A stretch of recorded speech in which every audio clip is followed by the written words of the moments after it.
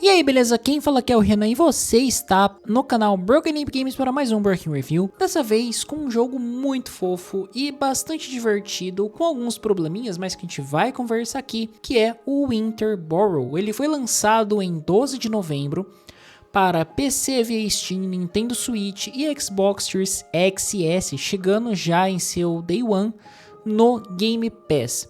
Ele foi desenvolvido pelo estúdio Pine Creek Games e publicado pela Noodle Cake. E é um jogo que estava no meu radar já há algum tempo, desde o anúncio, porque eu gostei bastante da pegada de survival que ele prometia, e ainda assim eu gostei do que ele me apresentou de forma geral, já adiantando algumas coisas que eu vou falar aqui no vídeo. Mas para quem tá mais interessado em saber, eu acho que se vocês curtem Don't Starve, e se Don't Starve fosse um cozy game, ele seria o Winterborough. Começando aqui pela sua narrativa, a gente vai começar na pele de uma família de camundongos, contando pra gente como essa família vivia em sua toca na floresta, feliz, e ali a família composta central pelo pai, a mãe e o filhotinho deles ali, e nesse universo todo com animais antropomorfizados. Porém, a família decide ir para a cidade e lá os pais desse camundongo começam a trabalhar em uma mina.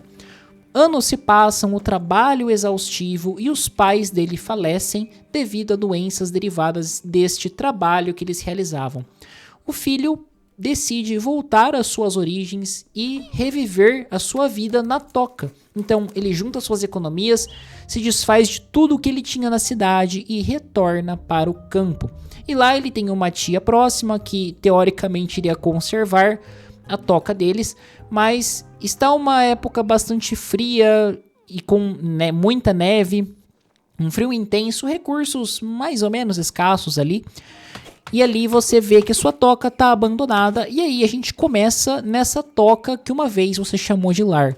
Então parte do jogo vai envolver você a voltar essa toca a ser seu lar, construindo os móveis, reformando ela e personalizando a seu gosto de uma forma um tanto quanto limitada, mas colocando os móveis, baús, camas e etc, liberando espaços e realizando missões para outros personagens que você encontra no decorrer do caminho. Essas missões, como um jogo de sobrevivência, elas funcionam para você não só conhecer os NPCs, mas também ganhar blueprints de itens que você pode construir para melhorar, por exemplo, melhorar a sua pá, melhorar a sua picareta, o seu machado, e assim conseguir cada vez mais extrair recursos diferentes que exigem um pouco mais de robustez dos itens, né? Dentro da casa também, e já trazendo um pouco da gameplay, a gente vai ter uma parte de building que eu gostei bastante, que é a parte de cozinha, na qual você vai poder cozer os alimentos realmente que você pega pelo caminho, sejam eles cogumelos, inimigos que você mata, que são em sua grande maioria insetos, como formigas, alguns besorrinhos, você mata e pega a carne deles. E ali essa comida te ajuda não só a repor os seus status de vida, fome, mas também ela ajuda no seu aquecimento, que nesse jogo é o fator que vai realmente limitar a sua busca, as suas quests e o que você pode fazer fora da toca. Quando você sai da toca, o seu corpo começa a perder calor, então o frio intenso começa a te afetar, dependendo da roupa que você tá, você consegue segurar um pouco mais o calor e tal, mas você vai ficar limitado a isso. Então assim, esse eu acho que é um fator do jogo que não vou falar que me incomoda, mas para um survival ele pega bem leve com o jogador, o que eu colocaria ele como um cozy game também, sabe? Que você pode jogar o Winterborough para você dar uma relaxada, mesmo com a proposta de sobrevivência e um passado trágico do personagem com momentos bastante melancólicos. Ele é um jogo que ele pega bem leve nessa questão de sobrevivência. Os recursos, como eu falei, são escassos? São, mas eles se repõem rápido. Então você não vai ter uma penalidade muito alta se você deixar de coletar alguma coisa, ou até mesmo se você, entre aspas, morrer no jogo. Porque quando você morre, o que vai acontecer é você perder seus itens e voltar desmaiado ao seu local ali, a sua cama, a sua toca. Então isso tira o peso do jogo e tira o medo do jogador de explorar. Então, fora a limitação do frio, nós não temos muitas ameaças, os inimigos são fáceis de lidar, basicamente é o esqueminha bater e correr, não tem complexidade nesse aspecto. E o crafting do jogo também é bastante simples em relação a esses materiais, exceto que você tem que ir buscando para você tá cada vez melhorando. Agora, eu acho que o jogo ele se perde um pouco porque ele também tenta colocar uma história envolvendo a tia do personagem, que vai um pequeno spoiler do jogo, que logo no começo é capturada por uma coruja, então você vai ter que ir atrás dela. Só que assim, ao mesmo tempo que você coloca esse fato como uma coisa urgente, ele não trata isso como urgente, devido à sua característica survival. Então as missões elas perdem bastante a força. E eu digo isso por quê? Porque nós temos NPCs interessantes e que conseguem engajar o jogador a não, eu vou atrás desse objetivo. Só que ao mesmo tempo que o NPC engaja, o ritmo do jogo e as limitações que ele impõe joga na contramão. Eu não acho isso ruim, mas traz uma certa incoerência para o jogo no aspecto narrativo e na proposta dele de forma geral.